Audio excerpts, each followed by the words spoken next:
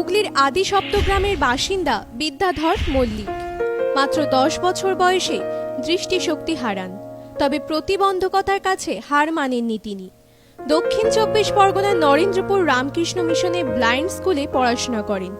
ছাত্রজীবনে তার শিক্ষকদের থেকে অনুপ্রাণিত হয়ে নিজের দেখা স্বপ্নকে সত্যি করতে কিছু সতীর্থদের নিয়ে তৈরি করেন লুই ব্রিয়াল মেমোরিয়াল স্কুল।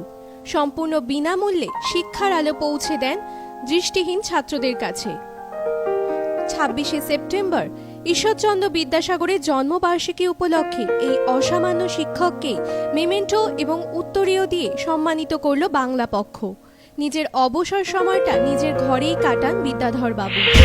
যারা দৃষ্টিহীন, শুধু দৃষ্টিহীন, চোখে দেখতে পাবে না যারা, তারাই সুযোগটা পাবে। কানে শুনতে না পেলে হবে না, বা যারা মেন্টালি হ্যান্ডিক্যাপ তারাও সুযোগ পাবে না। যারা শুধু দৃষ্টিহীন তারাই এই সুযোগটা পায়। আমরা কিন্তু স্কুলে গান বাজনা শেখাই এবং হাতের কাজ শেখাই। বেত, বাঁশ, ধূপকাঠি, মোমবাতি, চক তৈরি করা শেখাই। নিজের হাতে সাজিয়েছেন সেই ঘর যেখানে জাতি ধর্ম নির্বিশেষে স্থান পেয়েছেন যীশুখ্রিস্ট থেকে শ্রীকৃষ্ণ সকলেই। হুগলি থেকে দীপ মহাপাত্রের রিপোর্ট, বর্তমান সময়.com।